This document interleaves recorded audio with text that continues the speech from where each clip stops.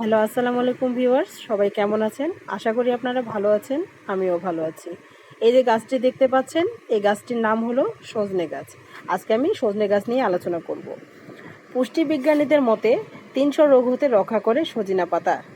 সজিনার বাকল, শিকড়, ফুল, ফল, পাতা, বীজ, এমনকি এর আঠাতেও রয়েছে ঔষধি গুণ। শরীরের কোনো স্থানে ব্যথা হলে সজিনার শিকড়ের প্রলেপ লাগালে ব্যথা দূর হয় এবং অনেক ফোলাভাব কমে যায়। সজিনা গাছের আঠা কপালে প্রলেপ দিলে মাথা ব্যথাও দূর হয়।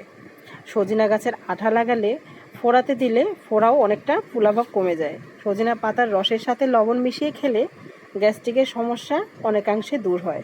জ্বর সর্দিতে সজিনা পাতা শাক হিসাবে খেলে অনেক উপকার হয়। সজিনা গাছ সাধারণত ডাল কিংবা বীজের মাধ্যমেও উৎপন্ন করা যায় এবং প্রচুর পরিমাণে সজনে ধরে।